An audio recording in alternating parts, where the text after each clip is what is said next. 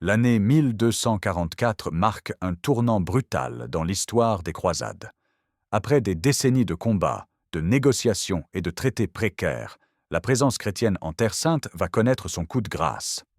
Pour comprendre le massacre de la Forbie, il faut d'abord saisir comment Jérusalem a de nouveau échappé aux chrétiens quelques mois auparavant. En 1229, l'empereur Frédéric II avait réussi l'impensable, récupérer Jérusalem sans combattre. Grâce à son habileté diplomatique et à sa réputation dans le monde musulman, il avait négocié avec le sultan Ayyubide al-Kamil un traité qui rendait aux chrétiens la ville sainte, ainsi que Bethléem et Nazareth. Mais cette victoire diplomatique cachait une faiblesse majeure. Les chrétiens ne contrôlaient pas les territoires environnants. Jérusalem restait une île isolée, sans fortifications suffisantes, entourée de terres musulmanes. 15 ans plus tard, en juin 1244, une force terrible déferle sur la Syrie, près de 6000 cavaliers turcs du Kharezm. Ces guerriers viennent d'un empire qui s'étendait jadis près de la mer d'Aral, mais les Mongols ont détruit leur royaume en 1231. Depuis, ces hommes errent, pillent, cherchent un nouveau territoire. Ils sont au moins 10 000 cavaliers, des guerriers redoutables qui n'ont plus rien à perdre. Le sultan d'Égypte, As-Salih Ayyub, voit en eux des mercenaires parfaits pour ses propres ambitions. Il les autorise à attaquer Jérusalem. Les Choresmiens arrivent devant Jérusalem le 11 juillet. La ville n'a aucune chance. Sans muraille digne de ce nom, sans armée pour la défendre, elle tombe rapidement le 15 juillet. Ce qui suit dépasse en horreur tout ce que la région a connu depuis des décennies. Les Choresmiens ne se contentent pas de conquérir. Ils pillent, incendient, ravagent avec une fureur méthodique. Le quartier arménien est dévasté, la population chrétienne massacrée, les Juifs chassés. Les tombeaux des rois de Jérusalem dans l'église du Saint-Sépulcre sont profanés, les ossements des souverains dispersés. Les sépultures de Baudouin Ier et de Godefroy de Bouillon ne sont plus que des cénotaphes vides. Le 23 août, la tour de David, dernière citadelle de résistance, capitule 6000 chrétiens, hommes, femmes, enfants, reçoivent la promesse d'un passage sûr vers Jaffa. C'est un mensonge. À peine sortis de la ville, ils sont massacrés. Seulement 300 personnes parviennent à échapper au carnage et à atteindre Jaffa. Les Choresmiens laissent Jérusalem dans un état de ruine tel que la ville devient inutilisable, même pour les musulmans. C'est une destruction gratuite, née de la rage de guerriers déracinés qui n'ont plus de patrie. La nouvelle de ce massacre traverse la Palestine comme une onde de choc. Pour les chrétiens, c'est une catastrophe qui appelle à la vengeance. Pour les musulmans de Syrie, c'est une menace. Les Choresmiens ne font pas de distinction entre chrétiens et musulmans dans leur pillage. Le sultan d'Égypte vient de lâcher une meute incontrôlable sur la région. Face au danger choresmien, une alliance se forme. C'est une coalition étrange qui unit des ennemis traditionnels. D'un côté, les forces chrétiennes du royaume de Jérusalem. De l'autre, des princes musulmans ayyoubides qui voient dans les Choresmiens une menace pour leur propre pouvoir. Ibrahim al-Mansour, l'émir de Homs, prend la tête de cette coalition musulmane.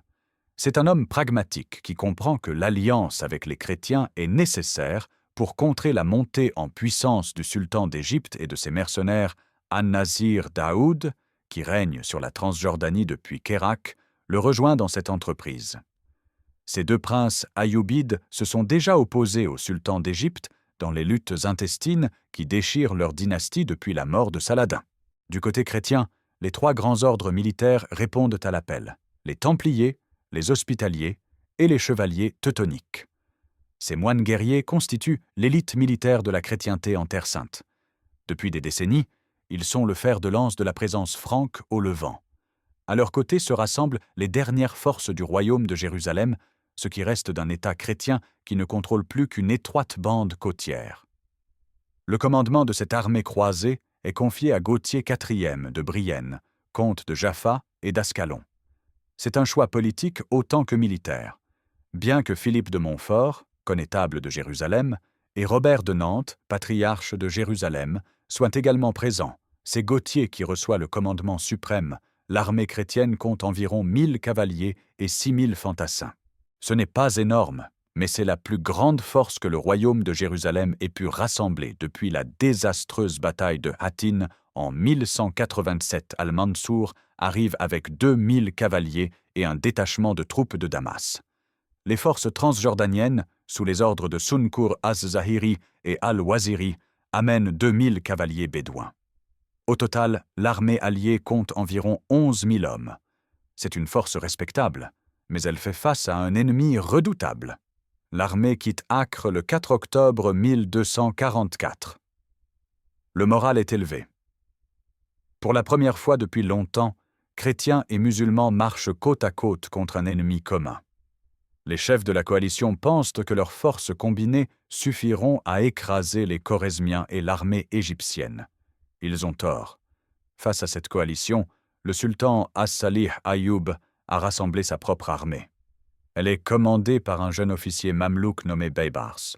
Ce nom ne dit encore rien à personne en 1244, mais dans quelques années, il deviendra le sultan d'Égypte et le fossoyeur des États croisés. Pour l'instant, c'est un commandant talentueux qui a su gagner la confiance du sultan. L'armée égyptienne est légèrement inférieure en nombre aux forces alliées, mais elle dispose d'un atout majeur, les cavaliers choresmiens. Ces guerriers sont des machines de guerre affûtées par des années d'errance et de combat. Ils n'ont aucune discipline, aucune pitié, mais une efficacité terrible au combat. Baybars sait qu'il peut compter sur leur férocité pour briser l'ennemi. Les deux armées se retrouvent près de la Forbie, un petit village au nord-est de Gaza. Le terrain est relativement plat, favorable à la cavalerie. C'est là que va se jouer le sort de la présence chrétienne en Palestine. Al-Mansour, qui connaît bien les Choresmiens, donne un conseil sage à Gauthier de Brienne, fortifier le camp et rester sur la défensive. Il explique que les Choresmiens sont indisciplinés. Si on les laisse attendre, ils finiront par se disperser, chercher du pillage ailleurs, et l'armée égyptienne se retrouvera affaiblie. C'est une stratégie prudente, celle d'un homme qui sait que la patience peut être plus efficace que la bravoure. Mais Gauthier de Brienne refuse d'attendre. Il dispose de forces supérieures en nombre. Pourquoi rester passif alors qu'on peut écraser l'ennemi? C'est une erreur fatale. Celle de l'orgueil qui précède la chute Gauthier ordonne de prendre position pour la bataille. La disposition des troupes alliées sur le champ de bataille révèle déjà les faiblesses de cette coalition hétéroclite. Sur le flanc droit, près de la côte, se tiennent les forces chrétiennes. Au centre, l'émir de Homs et les troupes damascènes. Sur le flanc gauche, les cavaliers bédouins d'Al-Mansour, 3 armées différentes, 3 commandements, 3 cultures militaires. Face à eux, l'armée égyptienne et les Choresmiens, peut-être moins nombreux, mais unis sous un commandement unique. Le matin du 17 octobre, la bataille commence. Les chevaliers chrétiens, dans leurs armures étincelantes, lancent leurs charges massives contre les Égyptiens. C'est la tactique qui a fait la gloire de la chevalerie franque pendant des décennies, la charge de cavalerie lourde, irrésistible quand elle frappe de plein fouet les lignes ennemies. Les chevaliers chargent à plusieurs reprises. Leurs destriers martèlent le sol, leurs lances s'abaissent, ils frappent avec la force d'un bélier. Mais les Égyptiens ne rompent pas. Ils tiennent leur position. Baybars a bien préparé ses troupes. Elles absorbent les charges, se replient légèrement, puis se reforment. Les chevaux s'épuisent. Les chevaliers s'essoufflent sous leurs armures. Les charges perdent de leur élan. Toute la journée, les combats se poursuivent sans résultat décisif. Les chrétiens attaquent, les Égyptiens résistent. Les pertes s'accumulent des deux côtés, mais aucune armée ne cède. La nuit tombe sur un champ de bataille indécis. Les soldats retournent à leur camp, épuisés, couverts de sang et de poussière. Dans le camp allié, les chefs se réunissent. Al-Mansour insiste. Il faut se replier, fortifier les positions, attendre. Mais Gauthier de Brienne refuse encore. Demain, dit-il, nous écraserons l'ennemi. Les chevaliers acquiescent. Ils ont confiance en leur supériorité militaire. Ils ne voient pas le piège qui se referme. Dans le camp égyptien, Baybars prépare son coup. Il a étudié la disposition de l'armée ennemie. Il a vu la faiblesse, le centre tenu par les Damascènes. Ces troupes se battent bien, mais elles sont moins motivées que les chrétiens. Elles sont là par obligation politique, pas par conviction. C'est là qu'il frappera demain. Le matin du 18 octobre, Baybars lance son attaque. Mais ce ne sont pas les Égyptiens qui chargent. Ce sont les Choresmiens. Une masse compacte de cavaliers hurlants se jette sur le centre de la ligne alliée, là où se tiennent les troupes damascènes. L'impact est dévastateur. Les Damascènes n'ont jamais affronté une telle furie. Les Choresmiens ne combattent pas selon les règles. Ils frappent sans merci, sans chercher à capturer des prisonniers ou à s'emparer de butin. Ils veulent juste tuer. Le centre se brise comme du verre. Les cavaliers choresmiens ne s'arrêtent pas. Ils pivotent vers la gauche, vers le flanc tenu par les cavaliers bédouins. Ces derniers sont de bons combattants, habitués aux razzias du désert, mais ils ne sont pas préparés à cette violence. Les Choresmiens les coupent en morceaux. La cavalerie d'Al-Mansour résiste avec acharnement. Ces hommes se battent avec courage, refusant de fuir même quand tout est perdu.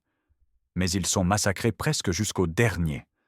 Al-Mansour finit par quitter le champ de bataille avec seulement 280 survivants. Sur les 2000 cavaliers qu'il commandait, c'est tout ce qui reste. Les chrétiens, sur le flanc droit, se retrouvent dans une situation catastrophique devant eux, les Égyptiens. Sur leur flanc gauche, les Choresmiens qui viennent d'anéantir leurs alliés. Ils sont pris en tenaille. Gauthier de Brienne ordonne une charge désespérée contre les Mamelouks qui leur font face. Les chevaliers chargent avec la furie du désespoir. Cette fois, ils réussissent. Ils repoussent les Mamelouks, créent une brèche. Pendant un moment, Baybars s'inquiète. Sa ligne vacille. Mais la charge chrétienne perd progressivement son élan. Les Choresmiens attaquent d'alors maintenant l'arrière et les flancs des forces chrétiennes. L'infanterie, mal organisée, ne peut pas résister. Les chevaliers bien armés continuent à se battre avec acharnement, mais ils sont submergés. Il faut plusieurs heures pour que leur résistance s'effondre complètement. Ce qui suit n'est plus une bataille, c'est une boucherie. Les chrétiens, encerclés, sont massacrés par vagues. Certains tentent de fuir, la plupart meurent. Plus de 5000 chrétiens périssent ce jour-là. 800 autres sont capturés. Parmi eux, Gauthier de Brienne, Guillaume de Châteauneuf, le grand maître des Hospitaliers et le connétable de Tripoli. Les pertes parmi les ordres militaires sont effroyables.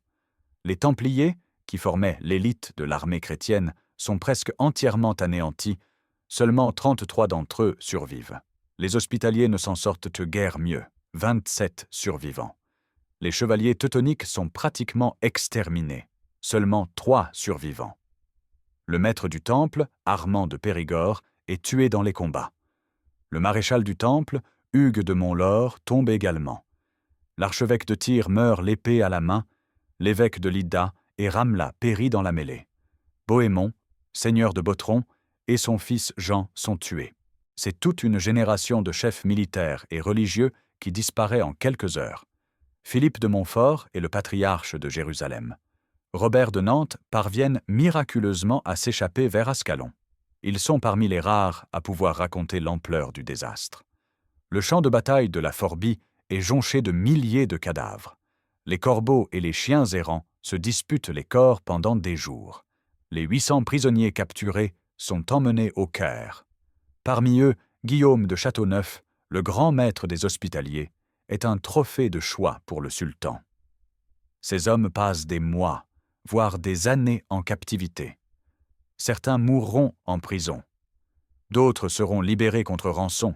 Si leur famille ou leurs ordres peuvent payer Gauthier de Brienne, finira aussi par être libéré.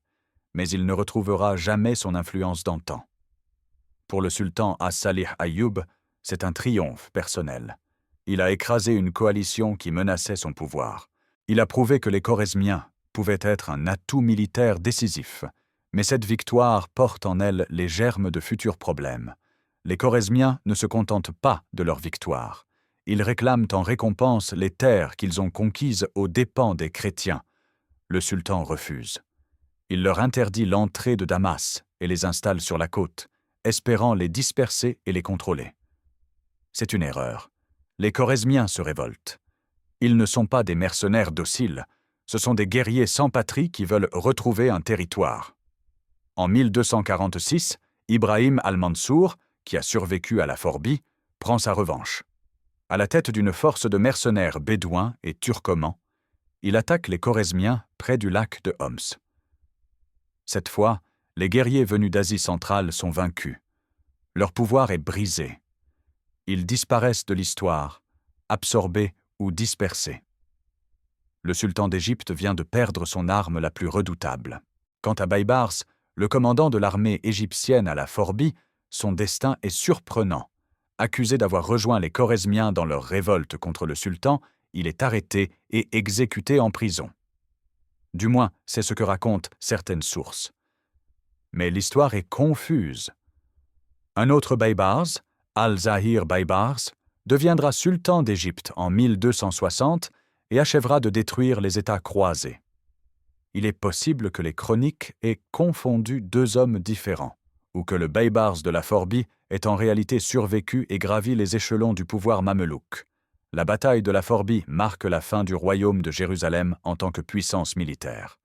Depuis la bataille de Hattin en 1187, 57 ans plus tôt, aucune armée chrétienne aussi nombreuse n'avait été envoyée au combat et elle vient d'être anéantie. Le royaume ne peut plus entreprendre d'opérations offensives, il est réduit à une défense passive de quelques villes côtières, Acre, Tyr, Sidon, Jaffa. La campagne est aux mains des musulmans. Les routes sont dangereuses. Les chrétiens qui s'aventurent hors des murs des villes le font à leurs risques et périls. Les ordres militaires, qui constituaient le cœur de la défense chrétienne, sont décimés. Il faudra des années pour qu'ils puissent reconstituer leurs effectifs. Les Templiers et les Hospitaliers ont perdu non seulement des hommes, mais toute une génération de commandants expérimentés. Les connaissances tactiques, l'expertise militaire accumulée pendant des décennies de combats ont disparu avec les chevaliers morts. À la Forbie, le moral des Francs de Palestine s'effondre. Pendant des décennies, malgré les revers, ils avaient gardé l'espoir de reconquérir un jour Jérusalem et de restaurer le royaume à son ancienne gloire. Après la Forbie, cet espoir meurt. Les colons chrétiens comprennent qu'ils vivent en sursis. Beaucoup commencent à envisager de quitter la Terre Sainte, de retourner en Europe avant qu'il ne soit trop tard. Les musulmans, eux, tirent des leçons différentes de la Forbie. Pour les Ayyoubides, la victoire est en trompe-l'œil. Ils ont certes écrasé la coalition, mais au prix de la création d'une nouvelle menace, les Mamelouks. Ces esclaves soldats, achetés sur les marchés d'Asie centrale, formés pour être des guerriers d'élite, prennent de plus en plus de pouvoir.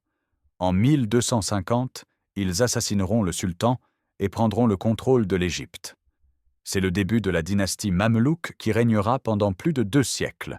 La nouvelle du massacre de la Forbie atteint l'Europe au début de l'année 1245. L'effet est dévastateur. Les chroniqueurs rapportent des chiffres effrayants. 5000 morts, 800 prisonniers, seulement 63 survivants parmi les ordres militaires, Jérusalem définitivement perdue. Le royaume de Jérusalem réduit à quelques villes côtières. Le pape Innocent IV réagit immédiatement. Au premier concile de Lyon, en 1245, il lance un appel à une nouvelle croisade, la 7e. Il faut secourir les chrétiens de Terre Sainte avant qu'il ne soit trop tard.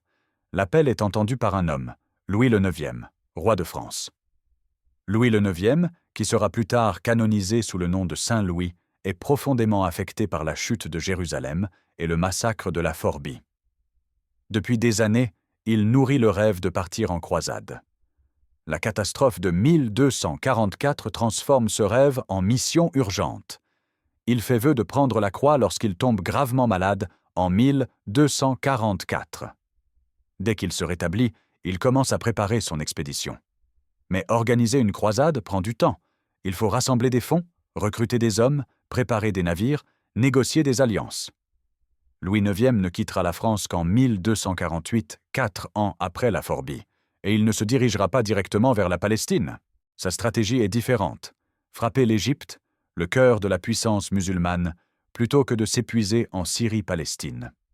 La 7e croisade commence bien. Louis IX débarque en Égypte et s'empare de Damiette en 1249. Puis il marche vers le Caire.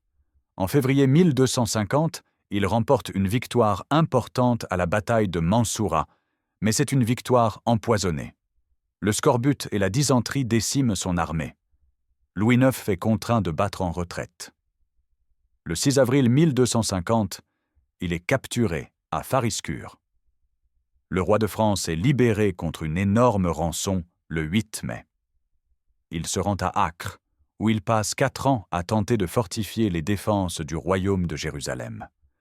Il renforce les murailles, négocie avec les Mongols pour créer une alliance contre les musulmans, essaie de stabiliser la situation politique. Mais c'est un combat perdu d'avance. En 1254, la mort de sa mère Blanche de Castille, qui assurait la régence du royaume de France, force Louis IX à rentrer en France. Sa croisade est un échec. Il n'a pas reconquis Jérusalem. Il n'a même pas réussi à stabiliser durablement la situation des États croisés. La 7e croisade, qui devait effacer l'humiliation de la Forbie, ne fait que souligner l'impossibilité de la tâche. La bataille de la Forbie a une conséquence imprévue. Elle accélère la montée en puissance des Mamelouks. Ces esclaves soldats, recrutés principalement parmi les peuples turcs d'Asie centrale, formés dès l'enfance au métier des armes, ont prouvé leur valeur à la Forbie. Ils sont disciplinés, loyaux, efficaces. Les sultans ayyoubides en deviennent dépendants. Mais les Mamelouks comprennent qu'ils détiennent le véritable pouvoir. Sans eux, les sultans ne peuvent pas maintenir leur autorité. En mai 1250, ils franchissent le pas. Ils assassinent le sultan Turan Shah, fils d'As-Salih Ayyub, et prennent le contrôle de l'Égypte. C'est le début de la dynastie Mamelouk. Le premier sultan mamelouk effectif est Aybak, mais c'est sous le règne de Baybars, à partir de 1260, que la dynastie atteint son apogée. Ce Baybars-là, Al-Zahir Baybars, est un commandant impitoyable et brillant. Il a combattu les Mongols, il a vaincu les croisés à plusieurs reprises. Maintenant, il va méthodiquement détruire ce qui reste des États croisés. Entre 1263 et 1271, Baybars lance une série de campagnes dévastatrices. Il s'empare de Césarée, d'Arsouf, de Safed, de Jaffa, d'Antioche. Une à une, les forteresses chrétiennes tombent. Les populations sont massacrées ou réduites en esclavage. Les ordres militaires perdent leur dernier bastion. Le royaume de Jérusalem est réduit à une minuscule bande côtière autour d'Acre Baybars, ne se contente pas de conquêtes militaires. Il comprend l'importance de la propagande. Après chaque victoire, il fait circuler des récits de ses exploits. Il se présente comme le champion de l'islam, le protecteur des lieux saints, le fléau des infidèles. Sa réputation se répand dans tout le monde musulman. Pour les chrétiens de Palestine, son nom devient synonyme de terreur. En 1277, Baybars meurt. Mais le processus qu'il a lancé est irréversible. Ses successeurs continuent de son œuvre. En 1291, le sultan mamelouk Khalil assiège Acre, la dernière grande ville chrétienne de Palestine. Après un siège sanglant, la ville tombe le 18 mai. Les défenseurs sont massacrés. Les survivants s'enfuient par la mer.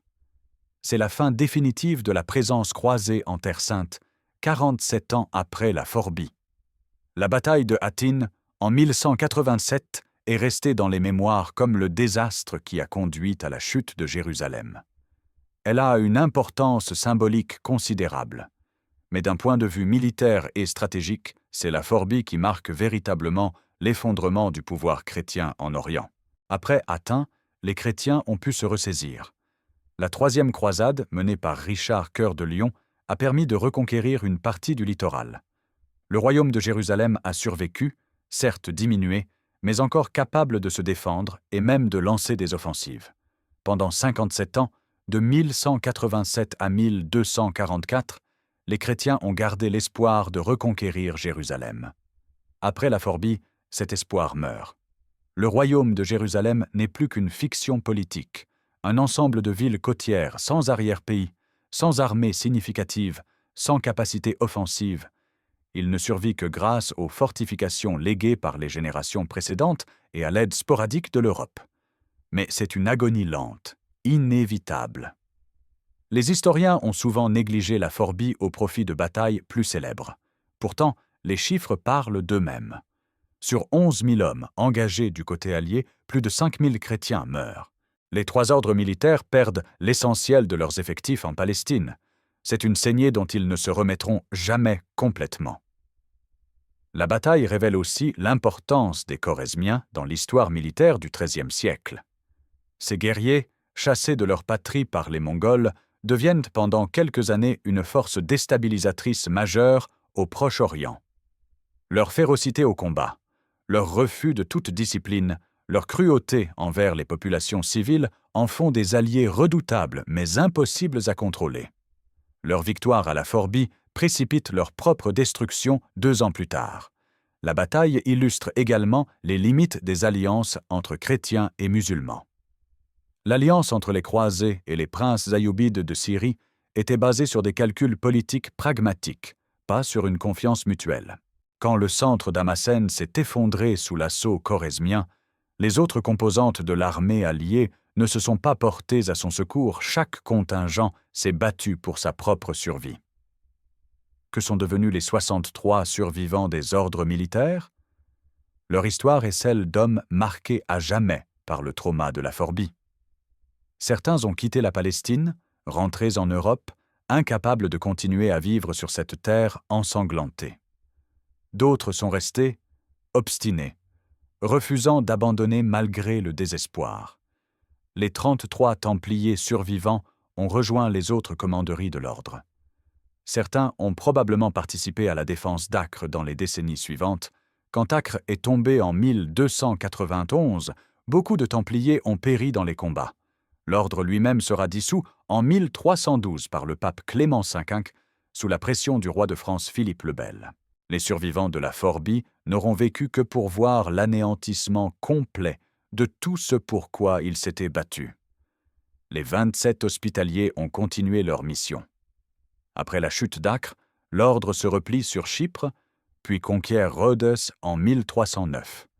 Ils y établissent un État indépendant qui résistera aux Ottomans pendant plus de 2 siècles. Certains descendants spirituels des survivants de la Forbie ont peut-être participé à cette aventure. L'ordre existe encore aujourd'hui sous le nom d'Ordre de Malte. Les 3 chevaliers teutoniques survivants ont probablement rejoint la branche européenne de leur ordre, qui à cette époque menait des croisades contre les païens de Prusse et de Livonie.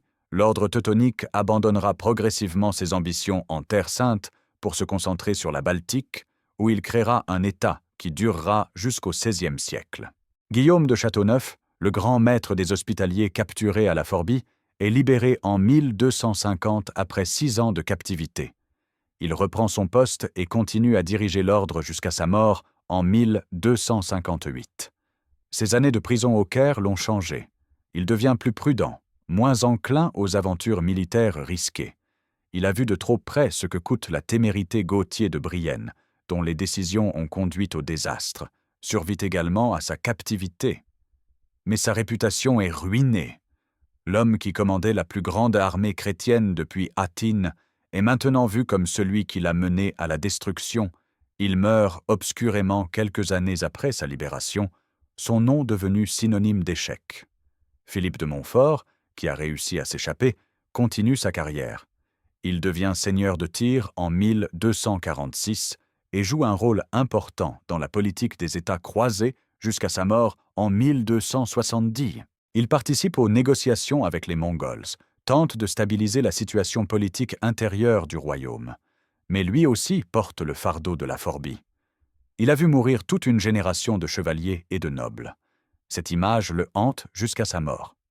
Ibrahim al-Mansour, le prince ayyubide qui avait conseillé la prudence, tire les leçons de la Forbie en 1246.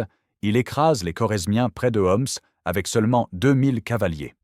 Cette fois, il choisit son terrain, attend le bon moment et frappe quand l'ennemi est vulnérable. La victoire lui permet de consolider son pouvoir à Homs. Il continue à régner jusqu'à sa mort en 1263, témoin de toute l'agonie finale des États croisés. Les chroniqueurs médiévaux, tant chrétiens que musulmans, ont laissé des témoignages bouleversants sur la Forbie. Leurs récits, même s'ils doivent être lus avec précaution, révèlent l'ampleur du choc que la bataille a provoqué. Du côté chrétien, les chroniques sont empreintes de désespoir. Un chroniqueur anonyme écrit que jamais depuis la première croisade, une telle catastrophe ne s'était abattue sur les chrétiens d'Orient. Il décrit des champs de bataille jonchés de cadavres, les corbeaux qui tournent pendant des jours au-dessus des morts, l'odeur pestilentielle qui imprègne la région pendant des semaines. Matthew Paris, moine et chroniqueur anglais, rapporte la nouvelle dans sa Chronica Majora. Il note que seulement 33 Templiers, 26 Hospitaliers et 3 Teutoniques ont survécu. Ces chiffres correspondent globalement aux autres sources. Il ajoute que cette défaite a plongé toute la chrétienté dans le deuil et le désespoir. Un autre chroniqueur, probablement un Templier qui n'a pas participé à la bataille, écrit que l'ordre du Temple a perdu en un seul jour plus de frères qu'il n'en avait perdu en 50 ans. Cette affirmation est peut-être exagérée, mais elle reflète l'ampleur du traumatisme. Du côté musulman, les chroniques célèbrent une victoire éclatante. Ibn Wazil, historien syrien contemporain des événements, décrit la bataille comme un triomphe majeur de l'islam. Il souligne le rôle des Choresmiens, ces guerriers venus de l'Est qui ont brisé les lignes chrétiennes. Il note aussi que la victoire a été possible grâce à la coordination entre les forces égyptiennes et les mercenaires turcs al-Makrizi, historien égyptien du XVe siècle, s'appuie sur des sources antérieures pour décrire la Forbie. Il mentionne que plus de 5000 francs ont péri et que les survivants chrétiens étaient si peu nombreux qu'on pouvait les compter sur les doigts. Il ajoute que le sultan a fait défiler les prisonniers dans les rues du Caire. Spectacle qui a provoqué des célébrations pendant des jours. Baybars al-Mansouri, chroniqueur mamelouk du XIIIe siècle, rapporte des détails sur le déroulement de la bataille. Il explique comment les Choresmiens ont enfoncé le centre de l'armée alliée, puis se sont retournés contre les flancs. Il décrit la résistance acharnée des chevaliers chrétiens, qui ont combattu jusqu'à l'épuisement avant d'être submergés. Ces chroniques, malgré leurs biais évidents, convergent sur l'essentiel. La Forbie a été un massacre d'une ampleur exceptionnelle, une défaite dont les chrétiens ne se sont jamais remis. Pour comprendre l'importance de la Forbie, il faut la comparer à d'autres grandes batailles de l'époque des croisades. 3 batailles se détachent: Hattin en 1187, Mansoura en 1250, et finalement le siège d'Acre en 1291 Hattin a été un désastre stratégique majeur. Saladin y a capturé le roi Guy de Lusignan, anéanti l'armée du royaume de Jérusalem et ouvert la voie à la reconquête de Jérusalem. Mais contrairement à la Forbie, les chrétiens ont pu se remettre de Hattin. La 3e croisade, 3 ans plus tard, a permis de reconquérir une partie du territoire perdu. Mansoura, en 1250, a vu la défaite et la capture de Louis IX. C'était une humiliation terrible pour la chrétienté. Mais l'armée française n'a pas été anéantie. Louis IX a pu payer sa rançon, se retirer à Acre et continuer à jouer un rôle politique et militaire pendant 4 ans. L'impact psychologique était énorme, mais les pertes militaires restaient gérables. La Forbie se situe entre ces 2 batailles dans la chronologie, mais elle les surpasse toutes en termes de pertes proportionnelles. Sur les 7000 chrétiens engagés, plus de 5000 meurent. C'est un taux de perte de plus de 70%. Les ordres militaires sont décimés. L'élite militaire du royaume de Jérusalem disparaît en quelques heures. Le siège d'Acre en 1291 marque la fin définitive. Mais c'est un siège qui dure plusieurs semaines, permettant à certains défenseurs de s'échapper par la mer. Les pertes sont lourdes, mais il y a des survivants, des témoins, des continuateurs. Après la Forbie, il ne reste presque rien. La continuité est brisée. D'autres batailles de l'époque des croisades ont vu des défaites chrétiennes. La bataille d'Ager-Sanguinis en 1119, la bataille de Marj Ayoun en 1179, la bataille de Cresson en 1187, mais aucune n'approche l'échelle du désastre de la Forbie. C'est la pire défaite militaire que les croisés aient jamais subie en Terre Sainte. Quand la nouvelle de la Forbie atteint l'Europe, au printemps 1245, elle provoque un choc considérable. Les cours royales, les monastères, les villes, tous reçoivent des lettres désespérées de Terre Sainte suppliant d'envoyer des renforts. Le patriarche de Jérusalem écrit au pape. Le maître du temple écrit aux commanderies européennes. Les survivants qui rentrent racontent l'horreur de ce qu'ils ont vu. L'impact est d'autant plus fort que l'Europe sort à peine de plusieurs décennies de croisades infructueuses. La 4e croisade, en 1204, au lieu d'attaquer l'Égypte, a pris Constantinople et créé l'Empire latin d'Orient. La 5e croisade, entre 1217 et 1221, a échoué en Égypte. La 6e croisade, menée par Frédéric II, a récupéré Jérusalem par la diplomatie, mais sans pouvoir la défendre durablement. Les Européens commencent à se lasser. Les croisades coûtent cher en hommes et en argent. Elles rapportent peu. Les promesses de gloire et de salut spirituel ne suffisent plus à convaincre les nobles de risquer leur vie dans des expéditions lointaines et dangereuses. La Forbie ne fait qu'accentuer cette lassitude. Pourtant, Louis IX répond à l'appel. Sa décision de partir en croisade en 1248 est motivée autant par la piété que par le sens du devoir. Il considère que la chrétienté ne peut pas abandonner ses frères d'Orient. Sa 7e croisade sera la dernière grande expédition médiévale en Terre Sainte. Après l'échec de Louis IX en Égypte, l'enthousiasme pour les croisades s'éteint progressivement. Il y aura encore une 8e croisade en 1270, à nouveau dirigée par Louis IX, mais elle se terminera par la mort du roi à Tunis. Il y aura encore quelques expéditions mineures, mais l'ère des grandes croisades est terminée. La Forbie marque donc un tournant non seulement pour les États croisés en Orient, mais aussi pour l'attitude européenne envers les croisades. C'est le moment où l'espoir commence à céder la place au fatalisme. L'histoire des Choresmiens est l'une des plus tragiques du XIIIe siècle. Ces guerriers turcs contrôlaient un empire qui s'étendait de l'Iran à l'Afghanistan, de la mer Caspienne aux frontières de l'Inde. En 1220, leur royaume comptait parmi les plus puissants du monde musulman, puis les Mongols sont arrivés. Genghis Khan, furieux après l'exécution de ses envoyés par le Shah du Khwarezm, a lancé une campagne de destruction totale. Les villes du Khwarezm ont été rasées une à une. Boukhara, Samarcande, Merv, Hérat, toutes sont tombées. Les populations ont été massacrées par centaines de milliers. L'empire du Khwarezm a été anéanti en quelques années. Les survivants, principalement des guerriers avec leurs familles, ont fui vers l'ouest pendant plus d'une décennie.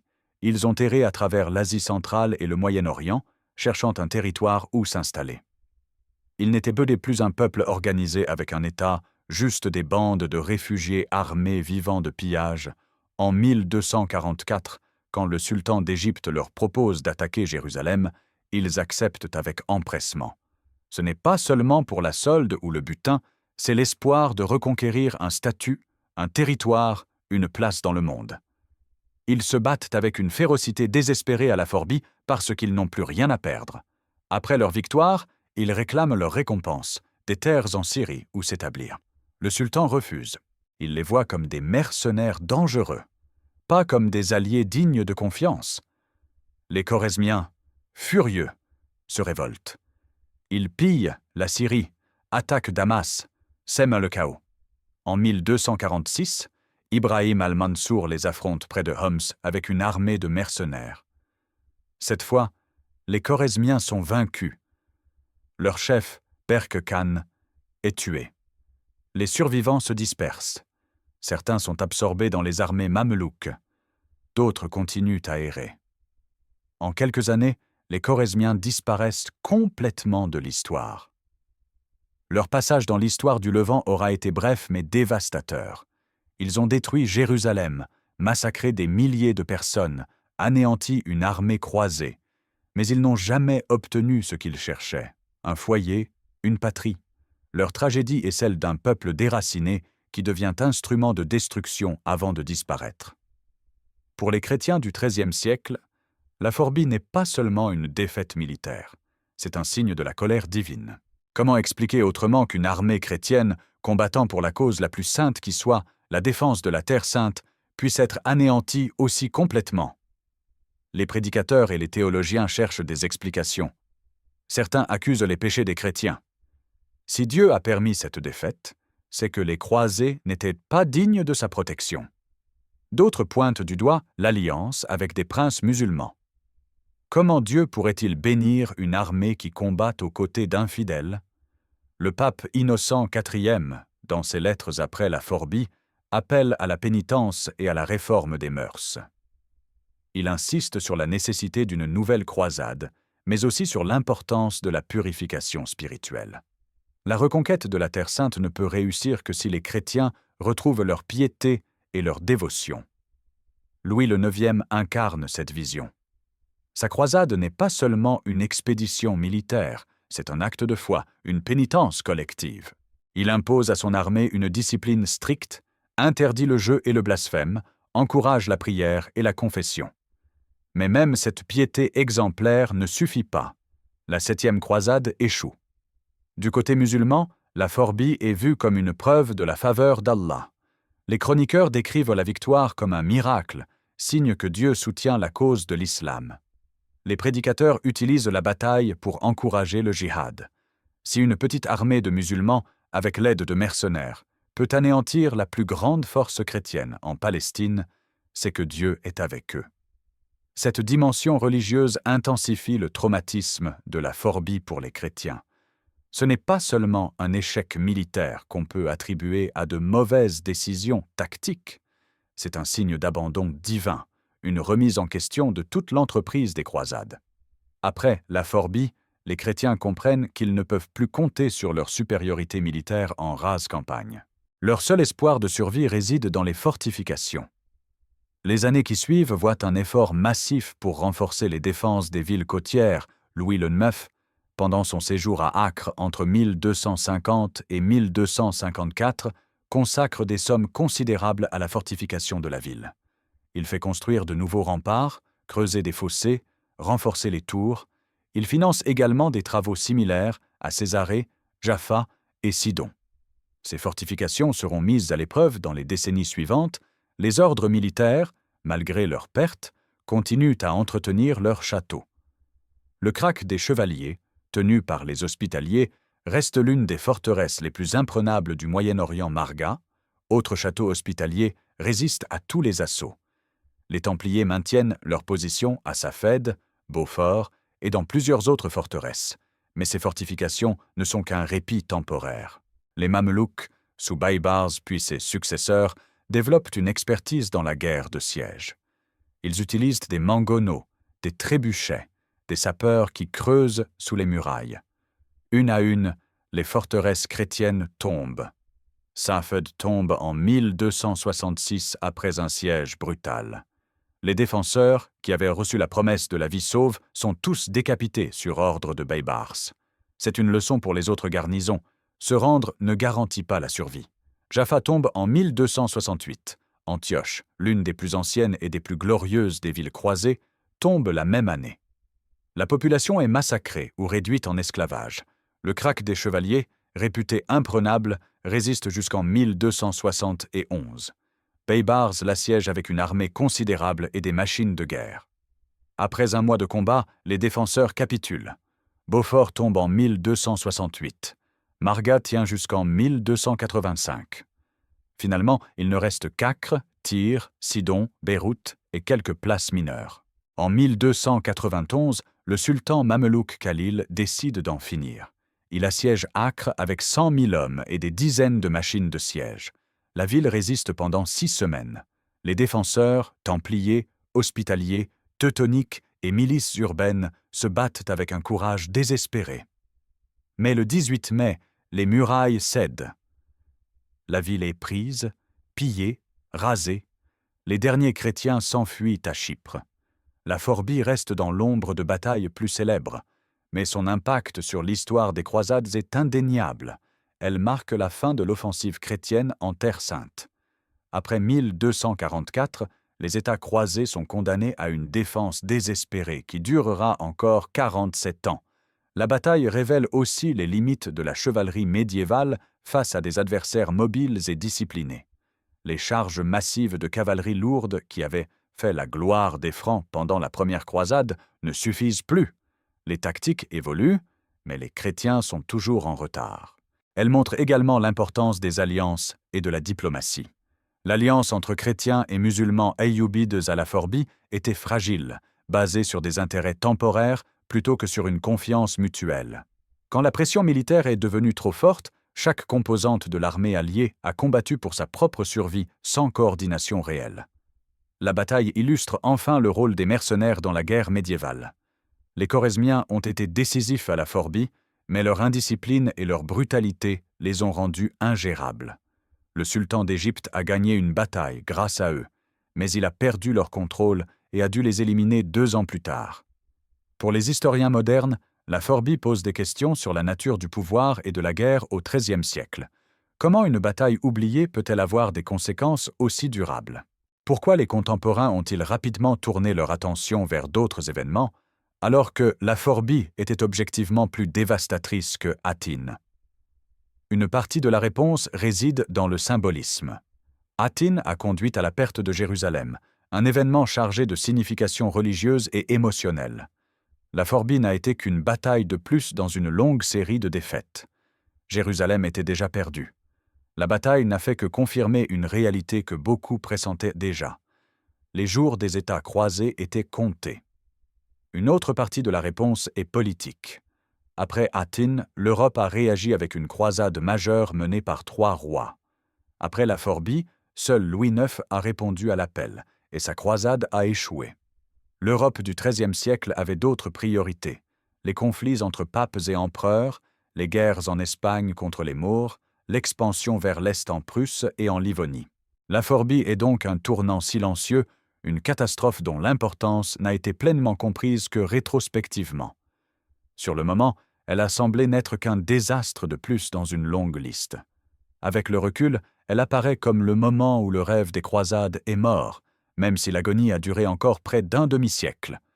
Le 18 octobre 1244, sur un champ de bataille poussiéreux près d'un village obscur nommé la Forbie, l'histoire des croisades a pris un tournant irréversible. En quelques heures, 5000 chrétiens sont morts.